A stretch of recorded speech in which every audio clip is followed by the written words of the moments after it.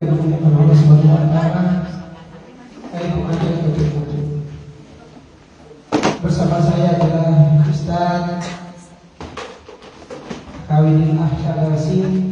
Beliau adalah guru azhar juga. Kita menambah guru kita azakir ada 20 orang sekarang.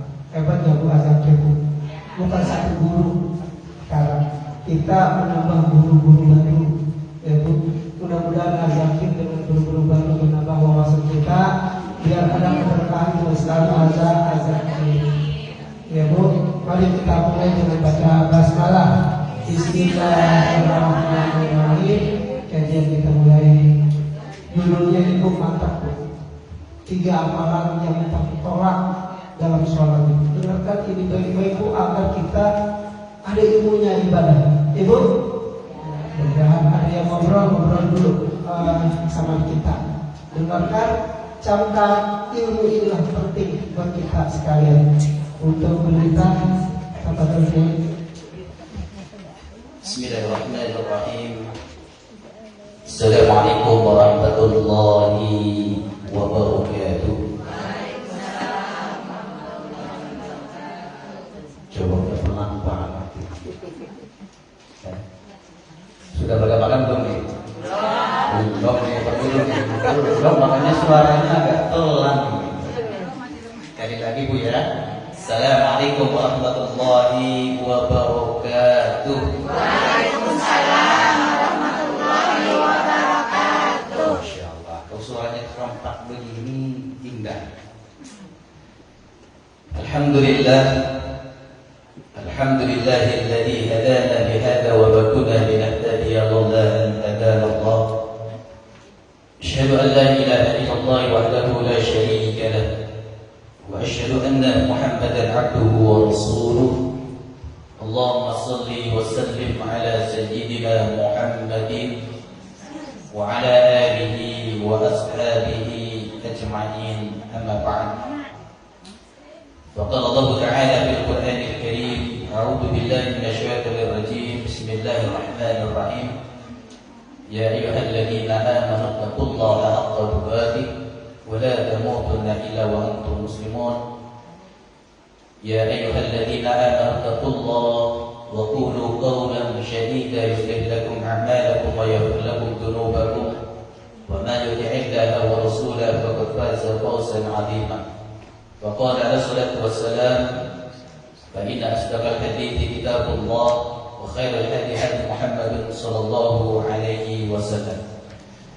Puja dan puji syukur kehadirat Allah Subhanahu wa taala yang mana pada malam hari ini alhamdulillah kita semua dimampukan Allah dalam rangka bermuajahah, bersilaturahim dan bermajlis taklim. Mudah-mudahan duduknya kita pada malam hari ini mendapat ridhonya Allah Subhanahu wa taala dan mendapatkan limpahan rahmat dan pahala Allah Subhanahu wa taala. Salawat dan salam mari kita sama-sama haturkan kepada uswah kita, junjungan kita, suri tauladan kita Rasulullah sallallahu alaihi wasallam. Mudah-mudahan juga salawat dan salam Allah limpahkan juga kepada para keluarganya, kepada para sahabat-sahabatnya, dan mudah-mudahan kepada kita selaku umatnya. Amin amin ya rabbal alamin. Insyaallah pada malam hari ini sebelum saya menyampaikan materi, perkenalkan saya Habibin Ahsan. Alhamdulillah atas berkat rahmat Allah saya dipertemukan dengan Pak Dokter melalui umroh. Kemarin umroh bareng dari keberangkatan sampai kepulangan. Mudah-mudahan umroh kita diterima oleh Allah Subhanahu wa taala dan menjadi umrah yang mabrur. Baik, tadi disampaikan materinya 3 kelompok manusia yang sholatnya tidak diterima oleh Allah Subhanahu wa taala. Apakah mereka sholatnya tidak khusyuk? Khusyuk. Apakah sholat mereka tidak memenuhi kaifiat? Memenuhi kaifiat. Apa mereka sholatnya tidak menitikkan air mata, menjadi lembutnya hati? Bisa. Tetapi ada yang menjadi asbab sholatnya tidak diterima oleh Allah Subhanahu wa Ta'ala. Di dalam 3 kelompok ini juga nanti saya sebutkan ada seorang wanita. Mau saya sampaikan apa enggak? Karena berkaitan juga dengan wanita-wanita di sini. Berat nanti dengarnya. Terima enggak? Konsekuensinya terima. Terima saja enggak apa-apa ya. Di dalam sebuah hadis Rasulullah Shallallahu Alaihi Wasallam bersabda, "Salasatu la tartafi'u salatuhu fawqa ru'usihim sifar." Ada 3 manusia yang sholatnya tidak terangkat walaupun fawqa ru'usihim sifar, di atas sejengkal di atas kepala mereka. Jangankan sholatnya menembus arsy-Nya Allah, jangankan arsy-Nya menembus langit dunia, menembus kulit kepala mereka pun. Ngeri apa ngeri? Sholatnya khusyuk, tumakninanya bagus, bacaannya bagus, rajin berjamaah, tepat waktu, tapi tidak diterima oleh Allah. Fokus bro, bahkan tidak terangkat walaupun sejengkal di atas kepala mereka, nggak terangkat sama sekali. Bahwa sholat itu bisa menembus langit-langit yang ada di atas kita ini, bahkan sampai menembus arsy-Nya Allah. Bahkan langit juga berdoakan kepada Allah akan diri kita yang senantiasa menjaga sholat. Tapi 3 kelompok ini tidak diterima sama sekali. Siapa mereka? Catat. Yang pertama, rajulun amma qaman wa hum lahu karihun. Seorang imam yang mengimami suatu kaum tetapi kaumnya membencinya, maka imam yang seperti ini tidak akan pernah diterima sholatnya. Walaupun bacaannya bagus, walaupun menjadi imam, Masya Allah, yang namanya imam tentu sudah di cross check sama masyarakat setempat, dia pas dan pantas untuk menjadi sholat, tapi tidak diterima.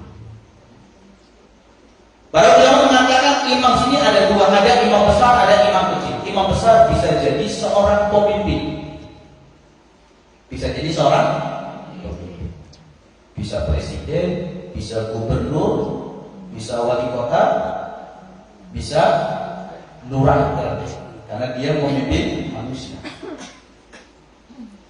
Tentu dalam hal ini seorang makmum ini membenci imam tersebut bukan karena hasad benci pribadi, bukan, tapi karena imam ini perilakunya melanggar syariat Allah.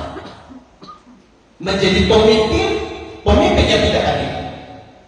Menjadi pemimpin yang senantiasa menyengsarakan rakyatnya, tidak adil, menyengsarakan rakyatnya, merubah hukum-hukum Allah, banyak bermaksiat, banyak berbohong, lalu dia mau menjadi seorang imam sholat. Ya, kan banyak seperti ini kan. Mentang-mentang pemimpin di masjid nggak mau di belakang jadi makmum, mau di depan. Padahal secara kualitas nol dalam hal agama. Tapi menjadi masalah dalam hal ini, mereka adalah orang-orang yang tidak baik kepribadiannya, hubungannya dengan masyarakat. Makanya kalau bicara tentang pemimpin dulu di zaman para nabi dan para sahabat, para aulia, masya Allah, pemimpinnya baik-baik sekali. Mereka jujur, senantiasa mengedepankan kebahagiaan dan kesejahteraan rakyat. Kenal Umar bin Abdul Aziz? Kenal nggak? Cicit Umar bin Khattab. Beliau pernah menjadi seorang khalifah. Ketika sedang melayani masyarakat, dia bekerja di kantornya, datang anaknya. Ketok. Assalamualaikum. Waalaikumsalam.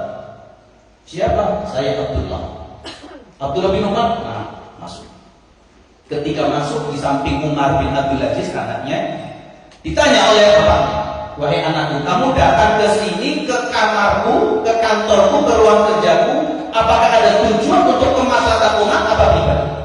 Pribadi ayah. Saat itu Umar bin Abdul Aziz langsung meniup lentera, mati, ruangan gelap.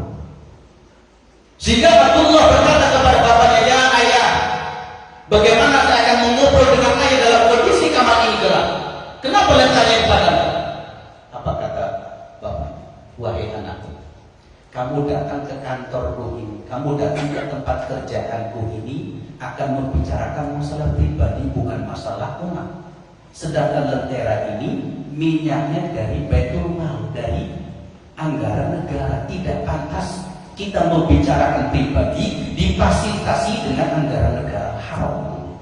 Allah. Hebat ya? Perkara seperti ini mereka mampu untuk memahami, oh ini bukan hakikat. Saya menulis, saya bekerja di kamar ini tentu untuk kemaslahatan umat. Lenteranya dari Baitul Mal, insya Allah tidak masalah. Tapi ketika membicarakan urusan pribadi dan ruangan itu dicerahkan atas cahaya yang mana minyaknya dari Baitul Mal, maka haram. Masya Allah. Makanya saat itu pemimpinnya baik, rakyatnya juga baik. Pernah suatu ketika di Baghdad atau di Irak, ada seorang ibu-ibu, dia miskin, kerjanya meminta kain lalu dijual ke pasar. Cuma siang dia tidak bisa untuk meminta, karena siap sibuk untuk mengurusi anak-anaknya. Di malam hari dia baru bisa meminta. Tetapi apa? Ketika dia meminta, itu dalam keadaan gelap, tidak ada lentera, maka dia mengambil cahaya tetangganya. Kalau kita nih ibu pengen bikin jahitan itu karena lampu mati, ibu di depan rumah orang karena ada lampunya. Dia mendatangi ulama, setelah dia meminta dia jual. Bertanya, wahai ulama, apa? Saya akan bertanya sesuatu, karena ini menjadi keprihatinan dan merasa diri saya selalu was-was dengan apa yang saya dapatkan dari hasil apa yang saya kerjakan. Kenapa? Saya setiap hari meminta untuk saya jual untuk menafkahi anak-anak saya. Yang menjadi masalah, saya tidak punya mampu. Sehingga ketika saya meminta, saya mengambil cahaya tetangga. Apakah hasil jualan saya itu halal apa haram? Masya Allah. Karena tidak izin kepada orang yang punya mampu. Masya Allah. Ini warung hati-hati. Kalau pemimpinnya baik, insya Allah masyarakatnya baik. Tapi ketika pemimpinnya buruk, maka masyarakatnya pun ikut. Ini bahaya seorang pemimpin ketika mengimami suatu kaum, tapi kaumnya membencinya karena perilaku mereka melanggar syariat. Ini yang pertama. Yang kedua, imam kecil. Siapa mereka? Saya dokter, kepala rumah tangga,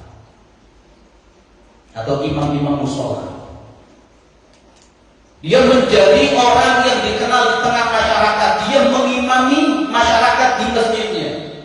Tapi perilaku imam ini gak baik terhadap masyarakatnya. Dia gampang melakukan maksiat. Dia gampang melakukan berbagai macam kemungkaran. Masyarakatnya gak suka dengan perilakunya. Jadi dia memaksakan diri untuk menjadi seorang imam di masjid tersebut. Maka selama itu imam ini gak diterima oleh Allah salatnya. Walaupun sejengkal di atas kepala mereka. Banyak gak imam-imam yang justru perilakunya tidak sesuai syariat Allah? Imam ini berantem, ya, gara-gara tidak mau diangkat jadi imam. Ada juga nggak suka dengan imam yang lain, gara-gara prinsip berbeda. Tapi bukan dalam kata tidak, akidahnya sama, Allahnya sama, nabinya sama. Beda jalur dalam hal ini bendera kendaraan saja. Ini bermusuhan. Selama dia bermusuhan, dia memimpin umat untuk menjalankan salat kepada Allah. Selama itu salatnya yang terima. Ngeri. Makanya ayo kita guyur.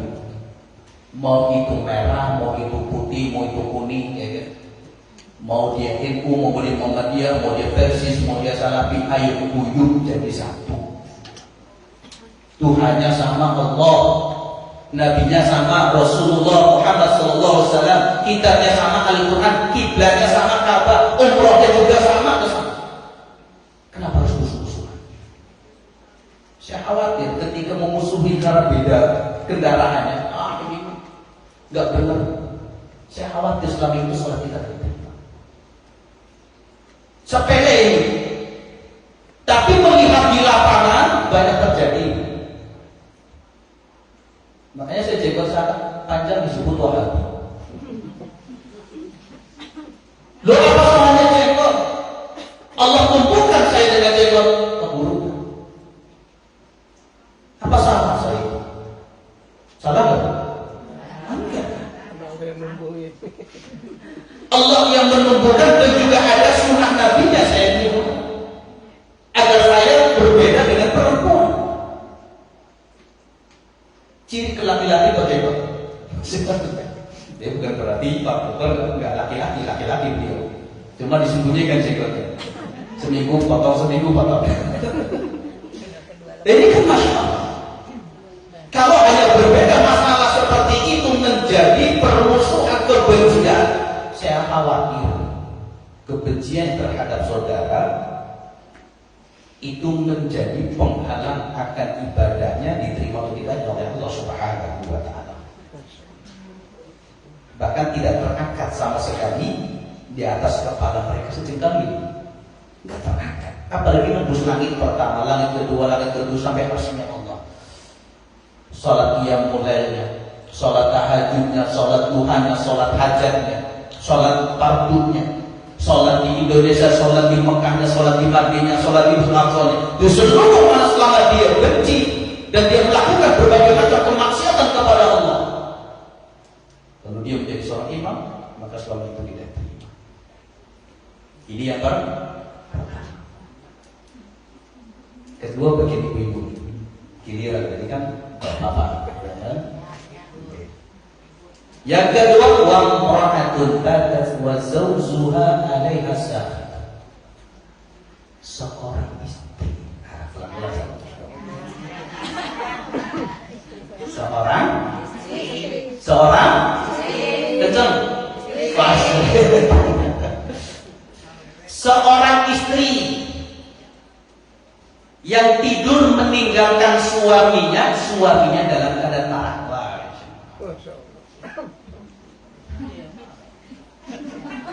Kalau dulu kan dibahas kalau dulu. Lanjutkan. Seorang istri yang tidur meninggalkan suaminya dalam keadaan marah.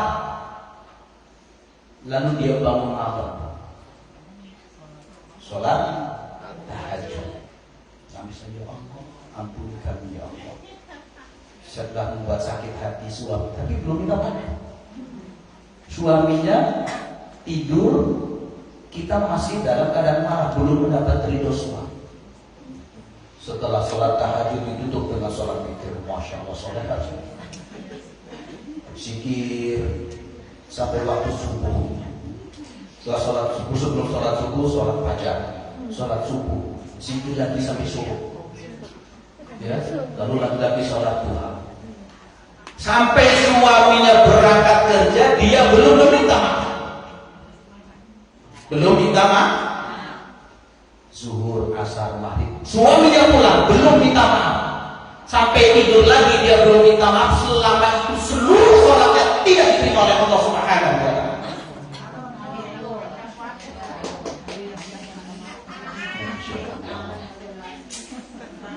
Sekarang minta maaf. Tidur ya Bu ya. Mungkin siang sudah ngambek sama suaminya sudah dibikin marah. Ketika pulang, masya Allah, nyiapin makanan juga wajahnya kayak enak, ya kan? Masuk ke dapur, mau apa? Kopi, bikinin kopi. Tapi nasi pergi lagi, ya. Tidak ada senyuman, tidak ada candaan, ya kan?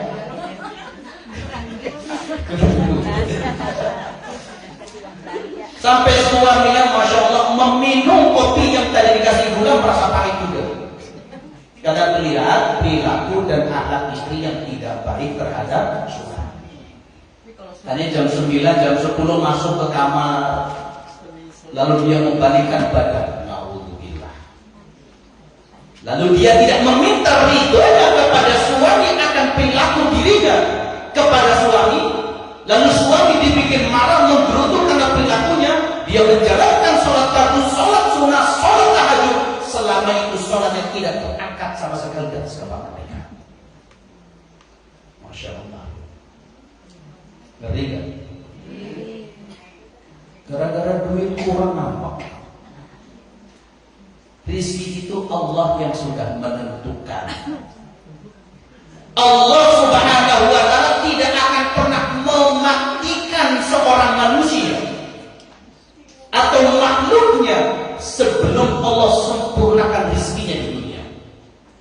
Gak usah khawatir. Gak usah khawatir. Kebahagiaan itu bukan dari duit.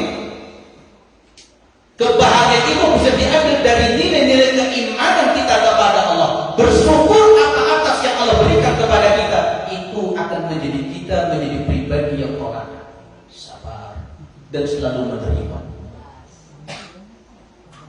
Ini suami biasa dapat 1 juta, dapat 100 ngambek. Ya, tidak dikomunikasikan dengan baik. Mau nggak menjadi ahli surga? Sama suami baiknya hubungannya. Kalau salah selalu minta maaf, melayani dengan baik, menawarkan diri. Masya Allah. Ajakin beda. Beda. Solehas bu. Solehas. Ada seorang wanita, dia nanti di hari kiamat masuk surga lebih dulu setelah Ummul Mukminin, Sayyidah Maryam, Sayyidah Khadijah, Sayyidah Aisyah dan Fatimah. Ya, belum istri daripada Fir'aun. Tapi ada satu wanita yang menjadi kecemburuan daripada Sayyidah Fatimah as-Zahra. Lalu ketika itu Fatimah bertanya, siapa itu wahai ayahanda? Dia adalah Ummul Mukminah, tinggalnya di pinggir kota Madinah. Karena takjub Rasulullah menyampaikan ada seorang wanita nanti setelah Ummul Mukminin, dia juga orang yang pertama kali masuk ke dalam surga. Lalu amal apa yang dilakukan? Fatimah pengen tahu. Hanya mengajak Hasan. Sampai di pinggiran kota Madinah, ketemu rumahnya Ummu Mukminah. Diketok. Assalamualaikum. Waalaikumsalam. Siapa? Saya Fatimah. Fatimah binti Muhammad Rasulullah. Masya Allah. Begitu siapa yang tidak gembira kedatangan tamu anak dari Rasulullah. Ditanya lagi, sama siapa? Saya sama Husain, sama Hasan. Bolehkah saya masuk? Maka Mutiara mengatakan, wahai Fatimah, mohon maaf sebesar-besarnya. Ketika suamiku meninggalkan rumah ini sudah berwasiat, jangan menerima tamu laki-laki. Maka Fatimah berkata, bukankah Hasan ini masih kecil? Ya, walaupun kecil tapi dia laki-laki. Masya Allah. Karena belum mendapat izin suami. Nanti saya mintakan izin akan Hasan. Silakan kamu datang lagi ke sini, kata Ummu Mukminah kepada Fatimah. Sehingga Fatimah pulang. Besoknya lagi datang lagi bersama Hasan dan Husain. Ketok lagi. Assalamualaikum. Waalaikumsalam. Siapa? Saya Fatimah. Dengan siapa? Dengan Hasan dan Husain. Maaf Fatimah, saya belum minta izin kepada suamiku akan datangnya Husain. Saya baru izin akan Hasan aja. Tadi apa? Fatimah balik lagi. Baliklah. Coba kalau ibu kedatangan anak presiden. Anak presiden nih, laki-laki datang. Assalamualaikum, buka pintu enggak? Suaminya kerja.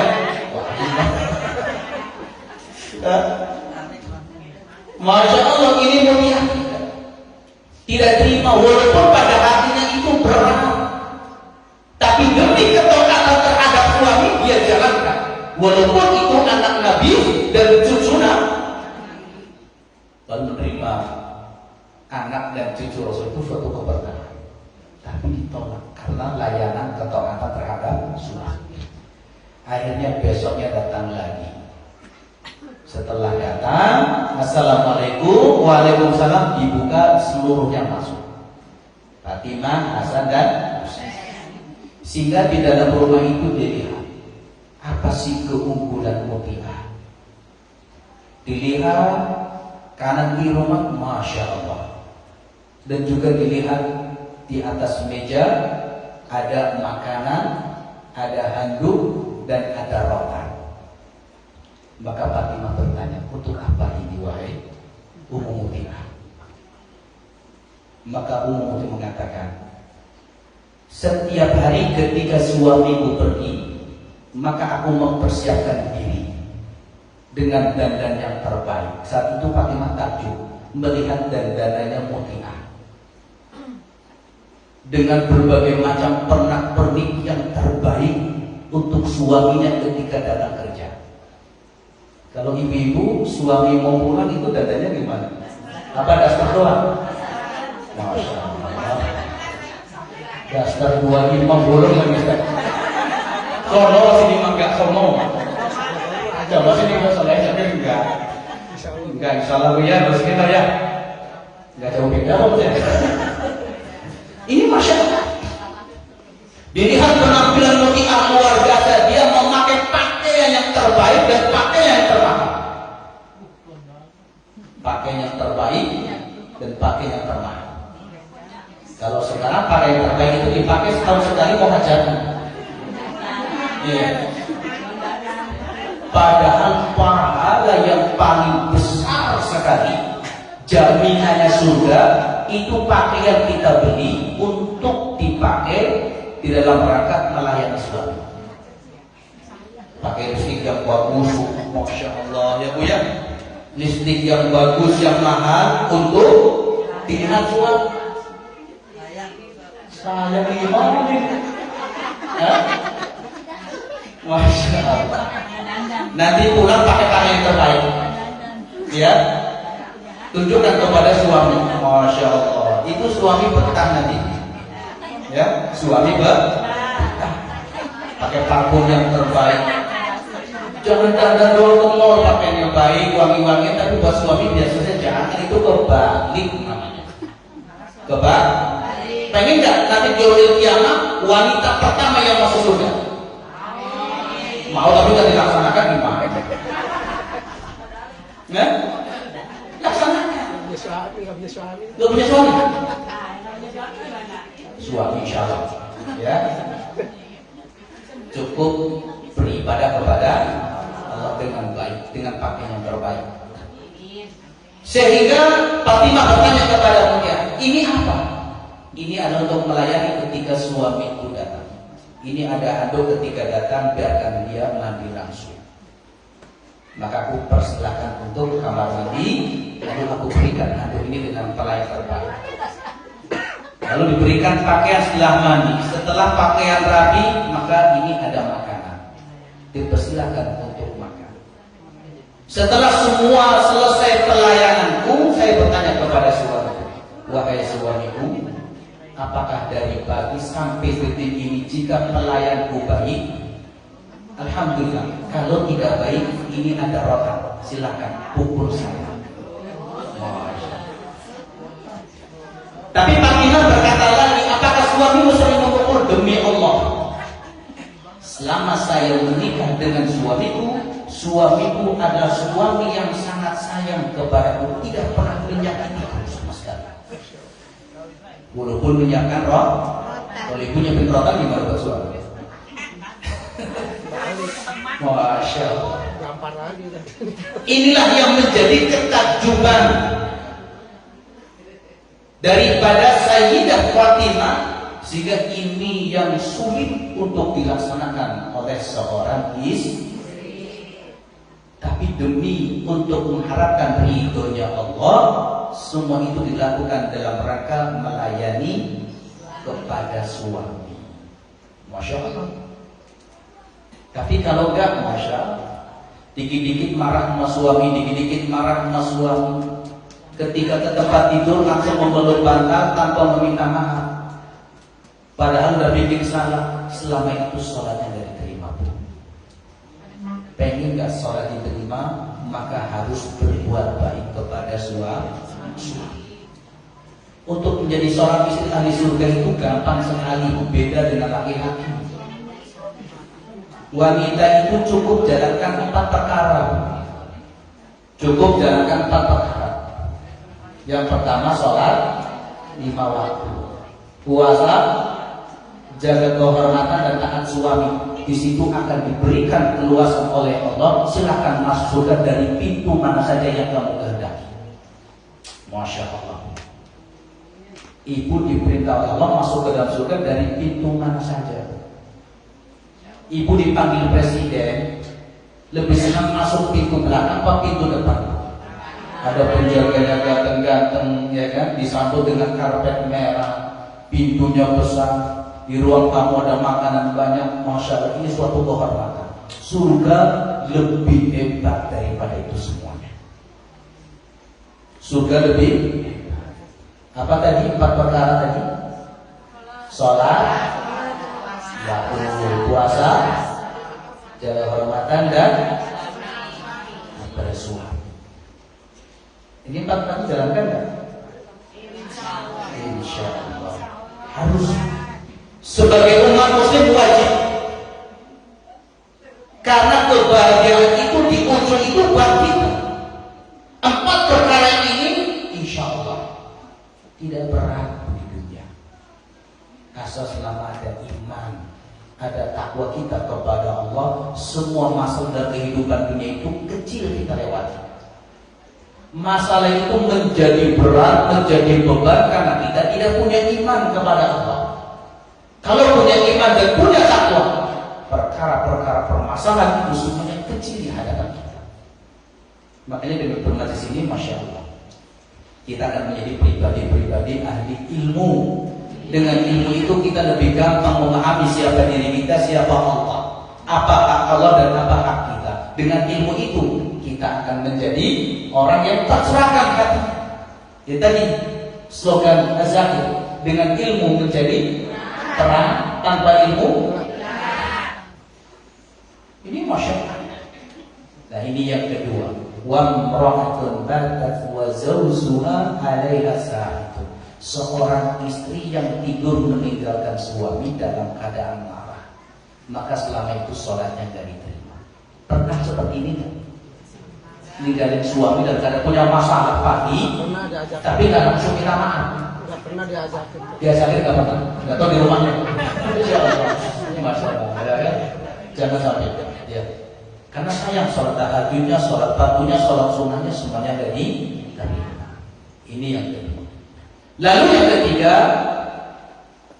yang sholatnya tidak terangkat sama sekali, walaupun sejengkal di atas kepala mereka. Wa akhawani mutasarrona, 2 saudara yang saling mendiami. 2 saudara yang saling, 2 umat muslim yang saling diam-diaman. Ketemu dalam satu gang lewat, ada orang lagi suka, dia balik lagi dari tempat lain. Ada nggak seperti di sini? Ada ya? Iya, bilangin saudara itu lagi. Punya utang. Nah ini bahaya. Apalagi kita hidup sosial bermasyarakat, pasti ada singgungan dengan tetangga-tetangga kita. Pohon kita lah rantingnya ke halaman rumah kita menjadi permusuhan, ya kan? Banyak seperti itu. Buang sampah di dekat rumah tetangga, marah. Hanya ada kebencian. Sehari 2 hari tidak uluk salah, ketemu cemberut. Kalau bisa ketemu di gang lari dari tempat lain, jalan lain. Ini banyak yang seperti ini. Padahal dampaknya itu kepada ibadah kita. Walaupun dia itu memenuhi syarat wudhunya, walaupun dia menjaga pakaian tempat sholatnya dari najis-najis yang ada, dia khususkan tapi amat tetangga gak baik, diam-diaman. Selama itu sholatnya tidak Allah butuhkan, Allah nggak menerima. Ini bahaya saling mendiam. Apalagi sesama saudara, ini banyak lagi.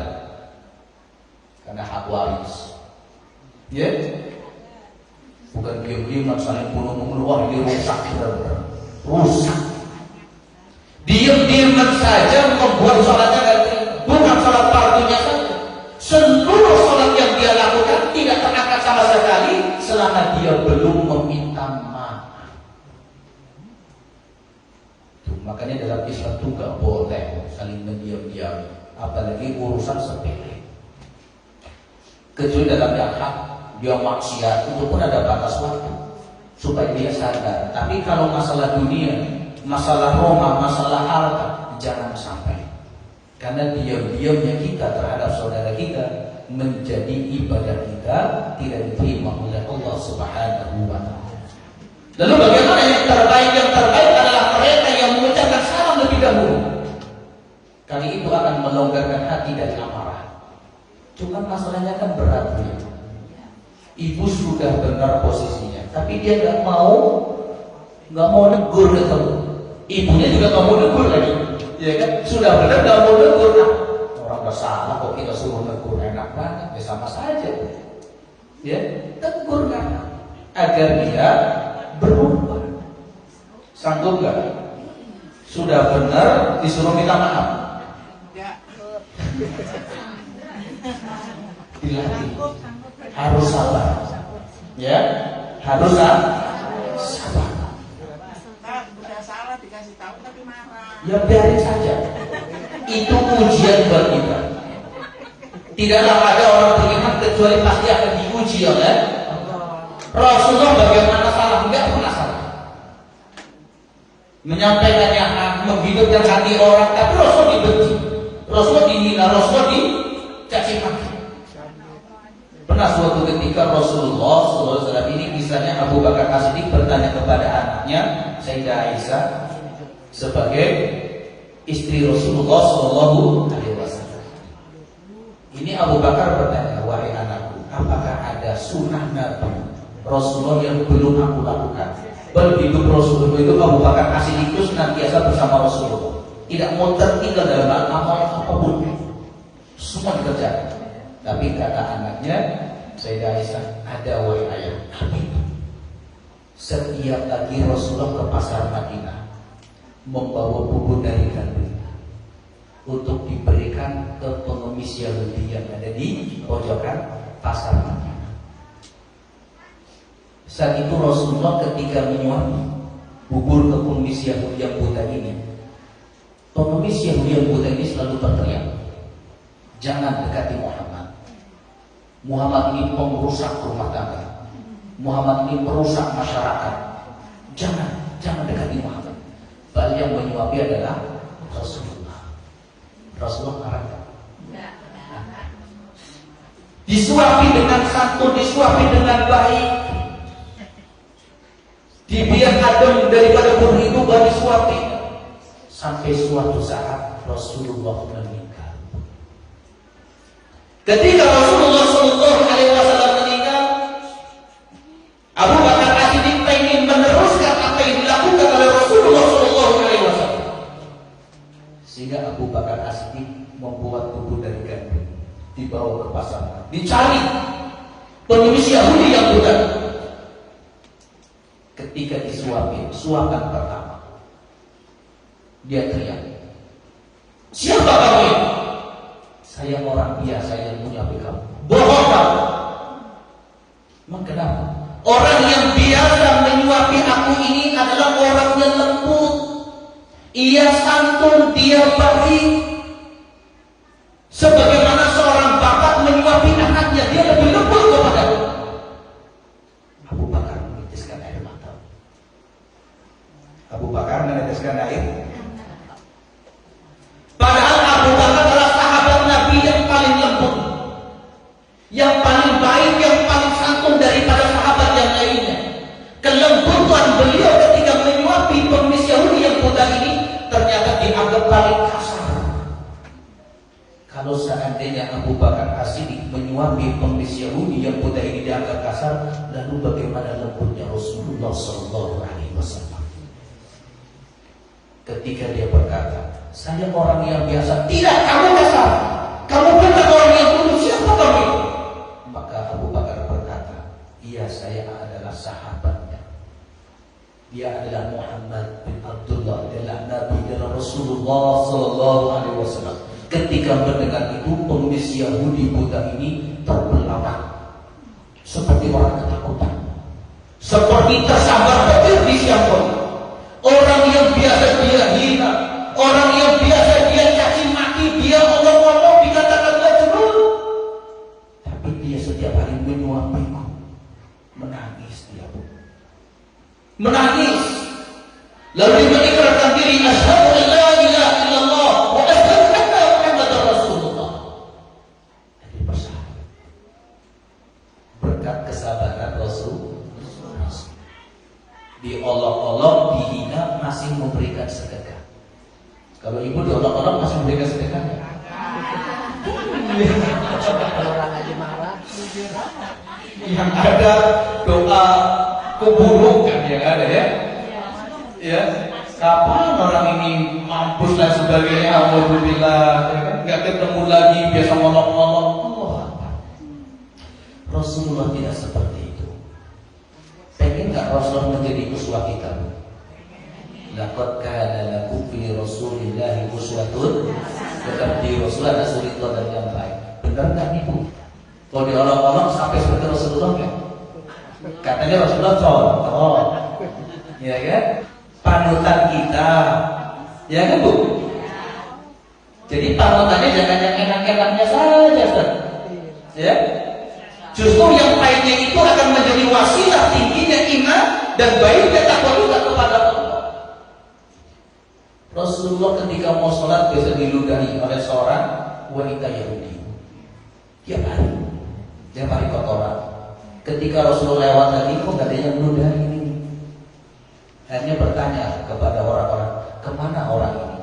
Dikatakan dia lagi sakit. Dia pulang, bertemu dengan istrinya, punya makanan gak? Ada ya Rasul, tapi untuk aku dan engkau ya Rasulullah. Bagus. Untuk apa ya Rasul? Aku menjenguk orang yang sakit. Siapa? Fulan. Orang yang biasa mengolok-olok engkau ya Rasulullah. Orang yang biasa meludahi engkau ya Rasulullah. Orang yang biasa mencaci maki engkau ya Rasulullah. Masya Allah. Setiap hari menghina Rasulullah. Setiap hari menghina Rasulullah. Setiap hari mencaci maki Rasulullah Sallallahu Alaihi Wasallam. Tapi ketika dia sakit, tidak terlihat lagi meludahinya.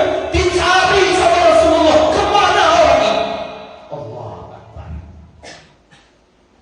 Kalau kita diganti ludahi, kesokan ludahi, alhamdulillah mampus kayak orang ini. Mudah-mudahan saja. Rasulullah tidak. Rasulullah mencari kabar kemana orang ini. Ternyata mendapat kabar dari orang-orang dia sakit ya Rasulullah. Rasulullah pulang menemui istrinya untuk membungkus makanan sebagai hadiah menjenguk orang sakit. Dibawa makanan itu yang harus dimakan oleh Rasulullah Sallallahu Alaihi Wasallam. Yang harusnya makanan itu dimakan berdua dengan Sayyidah Aisyah, dibungkus sampai Rasulullah dengan istrinya tidak makan hari itu demi untuk orang yang justru orang itu biasa setiap hari meludahi Rasulullah. Baiknya Rasul. Saat itu dijenguklah. Ketika diketahui siapa saya Muhammad Rasulullah Sallallahu Alaihi Wasallam, kaget dia kan kaget. Selama dia sakit tidak ada orang Yahudi yang menjenguknya, tapi justru Rasulullah yang biasa diolok-olok, biasa dihina, biasa dicaci maki, justru orang yang pertama kali menjenguk Rasulullah, menjenguk orang ini, maka dia mengikrarkan diri, asyhadu an la ilaha illallah wa asyhadu anna Muhammadar Rasulullah. Bisa jadi ketika kita dihina, kita dicaci maki, kita nggak membalas mereka. Biarkan itu perbuatan mereka, nanti Allah yang akan membalasnya. Tapi kita selalu berdoa, ya Allah ampuni ya Allah, maafkan dia, dan Engkau berbuat baik kepada mereka, tunjukkan kebaikanmu. Bisa jadi itu wasilah dia akan mendapatkan hidayah atas perbuatan baik kita kepada mereka. Kalau seandainya orang itu menjadi orang yang baik, mendapat petunjuk, dia berubah karena perilaku kita, insya Allah kita akan mendapatkan amal yang terbaik, paling terbaik dari Allah Subhanahu wa ta'ala. Cuma yang jadi masalah, bisakah kita seperti itu? Tidak mendiami, tidak marah-marah, tidak membenci, tidak bermusuhan. Karena apa, Bu? Konsekuensinya ketika kita diam kepada saudara kita, ketika kita membenci saudara kita, ternyata dampaknya bukan kepada keluarga kita saja, tapi dampaknya kepada spiritual kita. Salat kita tidak diterima oleh Allah Subhanahu, bahkan sejengkal di atas kepala pun tidak terangkat. Sayang, sangat sayang. Kita rajin ibadah, kita rajin tahajud, kita rajin Tuhan, kita rajin menjalankan sholat. Tapi kalau amal tetangga kita diam-diaman, selama itu sholatnya nggak berfaedah, tidak diterima oleh Allah Subhanahu wa ta'ala. Itulah 3 kelompok yang sholatnya tidak terima karena sudah azan. Jadi break apa untuk selesai? Cukup ya, sudah ya.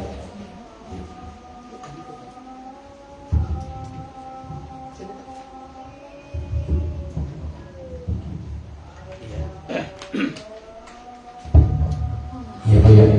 Nah itu 3 kelompok, 3 golongan yang sholatnya tidak di. Mudah-mudahan kita bisa menghindari perbuatan tadi yang sudah saya sampaikan, dan kita menjadi pribadi-pribadi yang baik hubungannya dengan Allah, hablum minallah, dan baik hubungannya dengan manusia, hablum minan nas. Perbaiki kita, belajarlah mujahadah sungguh-sungguh untuk memperbaiki hati kita. Jadilah hati kita hati yang terbaik, hati yang putih, hati yang bersih dalam segala masalah kehidupan di dunia. Insya Allah kita akan menjadi pribadi yang terbaik sisi Allah dan baik di tengah masyarakat. Insya Allah. Mungkin itu saja dari saya. Ada yang mau tanya Pak? Oh iya, sebelum saya tutup, ada yang mau bertanya? Ya, tadi ada yang bertanya. Pintu surga itu selebar apa? Iya. Masya Allah. Ya.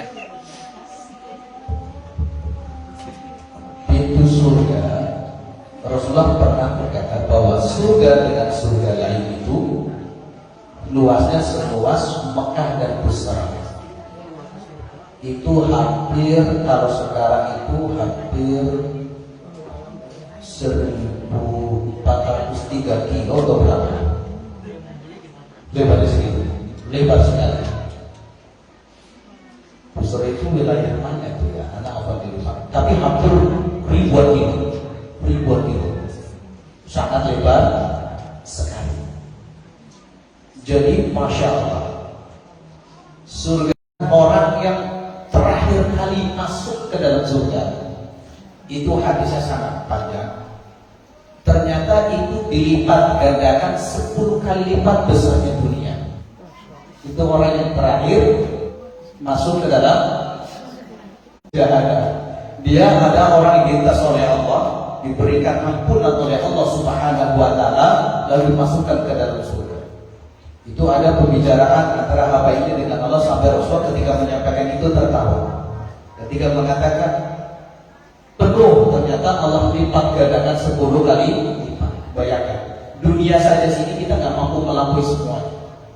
Tapi surga bagi orang terakhir, Allah berikan seluas langit dan bumi, dan Allah lipatkan 10 kali lipat buat kita. Mudah-mudahan kita bukan orang terakhir, orang yang pertama masuk ke dalam. Kalau yang terakhir aja sebesar itu, lalu bagaimana surga Firdaus? Lebih luas, ya. Mudah-mudahan kita semua ahli. Ustaz mau bertanya, tadi yang Ustaz sampaikan itu kalau kita belum meminta maaf kepada suami, itu sholat kita dan segala puasa kita juga, Sholat kita, bukan puasa. sholat kita itu akan tidak diterima ya. Tapi bagaimana kalau suami duluan yang bikin kesel kan? Apakah kita tetap harus yang meminta maaf gitu? Karena kan kadang biasanya kalau suami istri itu kalau sedang berantem itu biasanya nggak sehari didiemin dulu gitu kan, cari permasalahan biasa rata-rata. Syukur-syukur kalau bisa langsung ada solusi jalan keluar gitu. Nah, apakah istri itu harus juga walaupun merasa tidak salah, kita yang harus minta maaf duluan? Ya. Terus satu lagi mengenai imam yang tadi dibenci sama makmum atau orang. Nah, sementara kita makmum ini ibaratnya hanya sebagai makmum yang mengikuti dan kita tidak tahu nih si imam itu punya salah atau terus bagaimana dengan sholat kita? Apakah kita juga tidak diterima juga sholat kita karena perbuatan si imam itu? Karena kan kita juga tidak tahu, hanya mengikuti imam. Ya. Sejawab yang kedua, ini hanya untuk imam saja, makmumnya tidak. Makmumnya tetap Makmumnya. Tapi makmum sini memahami betul perilaku imam ini. Makanya kan tadi rajulun amma qauman wa hum lahu karihun, seorang imam yang mengimami suatu kaum tapi kaumnya membencinya. Ya kan? Berarti kaumnya itu tahu perilaku imam ini enggak baik. Enggak benar lah perilaku yang buat tetangga enggak baik, ya kan? Gampang maksiat, mencontohkan sesuatu yang pokoknya dia menjadi imam tapi enggak pernah mencontohkan hal yang baik di tengah masyarakat. Tapi pengen jadi imam di sini terus. Ya, karena memang di sini wakaf keluarganya kan. Bisa seperti itu. Ya. Maka selama itu sholatnya kita terangkat walaupun sejengkal di atas kepalanya. Pemimpin. Ya. Kalau untuk suami, Nah, suami salah terus itu yang mulia gitu ya. sekarang kita lihat suami dalam salah hal ini seperti apa, ya kan? Kalau seandainya seorang istri disuruh minta maaf, lebih utama istri meminta maaf. Ya kan? Bisa jadi dengan istri yang meminta maaf, suami akan lebih sadar. Tapi kembali lagi tadi bicara kepada imam, kepala keluarga tapi gampang maksiat, ya kan? Dia minum-minuman di luar sana. Istri sudah menasehati, tapi mamanya tahajud sama istrinya, misalnya gitu kan? Maka selama itu pemaksiatannya itu membuat menghalang, ya kan? Tapi kalau merujuk pada hadis ini, dia menjadi imam di suatu kaum. Ya. Tapi kalau seorang suami minum khamar, dia bertobat, dia beristighfar, lalu dia mengimami daripada istri-istri dan anak, insya Allah. Tapi kalau mendahulukan minta maaf, maka selayaknya seorang istri meminta maaf. Maka kita tilik dulu kesalahan seorang suami itu sebabnya apa? Sebabnya apa? Biasa kadang seorang suami itu mencari nafkah di luar sana itu begitu banyak berbagai macam kendala. Maka harus di rumah itu dilayani dengan baik. Karena seluruh istri itu, masya Allah, semua ditanggung oleh suami. Ya, bahkan dosanya juga ditanggung suami. Kalau kita tahu, ketika kita menikah, seorang laki-laki dia mengucapkan qabil, ya. Ketika dia mengucapkan syahadat asyhadu an la ilaha illallah Muhammadur Rasulullah, lalu ketika itu para saksi mengatakan syah, maka selama itu sudah menjadi tanggungan seorang suami perilaku istri. Makanya tanggung jawab seorang suami pertama kepada keluarga, kepada istri apa itu? Yaitu menafkahi secara batin, ya, secara spiritual. Ajak seorang istri kepada syariat Allah. Kalau masalah dunia, sebelum dinikahi seorang wanita bisa mendapat rezeki dari Allah. Tapi ketika sudah dinikahi, maka seorang laki-laki wajib mendidik istrinya dalam hal agama, agar setiap permasalahan seorang istri ini tidak gampang marah, tidak gampang merajuk. Kenapa? Seorang suami ketika menasehati dan meluruskan istri itu sesuai dengan syariat Allah dan sunnah Nabi-Nya. Ya, nah ini masya Allah. Cuman jadi masalah hari ini banyak suami yang mengajarkan agama kepada istri. Ya, kerja, pulang, tidur. Istri ngapain kita nggak tahu. Istri tada sempurna kita nggak tahu. Kewajiban seorang suami. Makanya belum punya suami, cari laki-laki yang soleh yang ngerti agama. Harus pilih memang, ya harus pilih. Kalau tidak ada agama dalam diri laki-laki itu jangan jadikan suami, karena tidak akan membawa seorang istri kepada surganya Allah. Kalau dunia mah gampang, ya dunia mah gampang. Tidak ada orang yang mati kecuali pasti rezekinya sudah diberikan semuanya oleh Allah. Suami yang ngerti agama. Ya syukur suaminya ngerti agama kaya pula, oh, masya Allah itu. Tapi main Ya, jangan saja. Ya, ini masya Allah.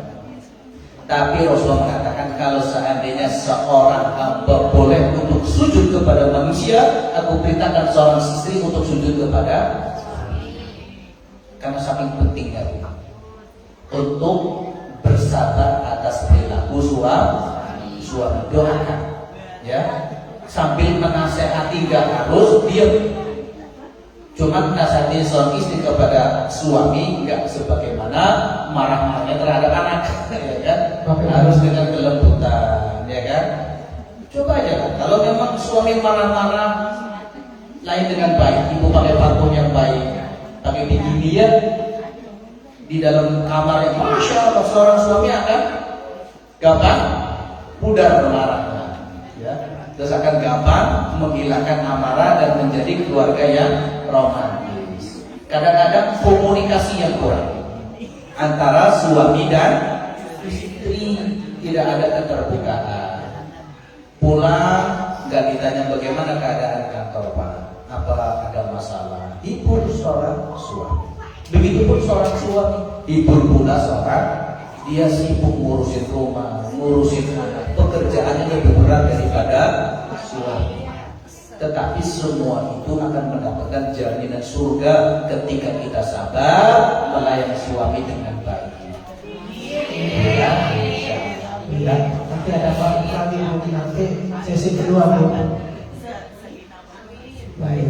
Ada lagi? Nanti ada Pak selanjutnya nanti bulan depan.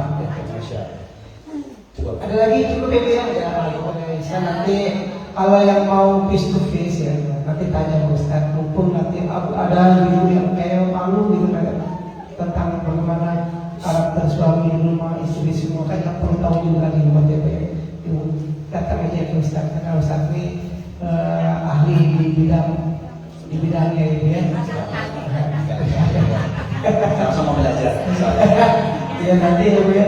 Mudah-mudahan ibu-ibu sekalian semua, ibu-ibu bisa nanti tanya, nanti ada bulan depan ya, Rabu bisa punya jadi dulu lagi. Ya Ramadan ada ibu, insyaallah ibu. Ibu-ibu, mudah-mudahan kajian ini bermanfaat ibu. Kemudian berikan ibrah buat kita, menjadikan pelajaran tausiah kita. Baik kita menjadi pemimpin yang adil, rumah tangga kita seperti apa, bagaimana cara kita berdiskusi antara suami dan istri, nanti itu ada ranahnya untuk kita sendiri. Mudah-mudahan ada kajian-kajian selanjutnya bisa menambah wawasan kita lagi. Tadi wawasan kita bisa tahu, oh ini, jadi tahu masalah ini, kita jadi tahu oh ini. Jadi cuma kita sholat, saya juga sholat. Selama ini bisa bermuamalah, tapi kita benci sama saudara, kita benci sama anak, kita benci sama orang. Saya takut juga, kadang-kadang ya selama ini apa sih ibadah kita, takut nggak diterima kok. Itu saya suka pikirkan tiap hari. Jadi ladang-ladang kita itu sebenarnya apa ini? Jadi itulah jadi mendekatkan diri kita kepada Allah, rasa-rasa kebencian kita jauhkan. Jadi ya, jauhkan rasa ketidaksukaan kita sama makhluk Allah. Jauhkan rasa-rasa yang menggugurkan pahala kita ini. Kasihan kita dari muda, kita udah sholat rame-rame ya di jamaah itu. Kita ngaji kan, puasa, pergi haji. Allah tolak ibadah kita, kasihan ini. Mudah-mudahan selama kita berbuat baik, selama itulah Allah berikan pahala buat kita ibu. Ya kajian ini tidak sampai di sini, nanti ada wawasan lain nanti kita Ustaz ada sesi selanjutnya nanti ya ibu, karena kami sudah tadi menjadi silaturahim antara umroh ya jamaah umroh kita satukan di sini bisa kita sama-sama. Beliau adalah pemimpin umroh, mudah-mudahan ibu yang ada umroh insyaallah ibu beliau itu mudah-mudahan ibu yang kita ada rezeki kita umroh bareng sama Ustaz dulu. Mudah-mudahan Allah berikan keluasan rezeki, keluasan kita, kemampuan kita bisa mendapatkan ridho Allah, kita bisa berumroh bareng bersama Ustaz. Ibu yang belum bertanya nanti tanya nanti di on air. Ya Bu ya, mudah-mudahan ya Bu. Demikian ibu kajian yang fenomenal ini nanti saya kirim ke ibu-ibu ada YouTube pertama yang kalau kurang puas bola tanya sama guru-guru lain. Kita kan harus banyak guru. Enggak katanya Ustaz, nggak mungkin Ustaz ini benar, nggak mungkin Ustaz itu benar, nggak mungkin Ustaz itu benar. Kita banyak guru. Mana dalilnya? Ini ada dalilnya. Jadi kita nggak menyerap terus Bu. Kita cari dulu. Makanya di azan itu kita panggil 20 guru. Jadi ibu nggak tersesat dengan satu guru, dengan satu ulama gitu. Ada ulama ini kita tanya, ya ada ulama ini kita tanya. Inilah azakir dengan 20 guru kita panggil. Besok yang lagi ibu ya. Nanti ada kita mau ngadapin Ramadan, kita ada namanya apa itu? Ngadapin Ramadan. Bukan, mau masuk Ramadan apa Bu? Bukan itu, bukan Bu, namanya apa Bu? Ruahan ya.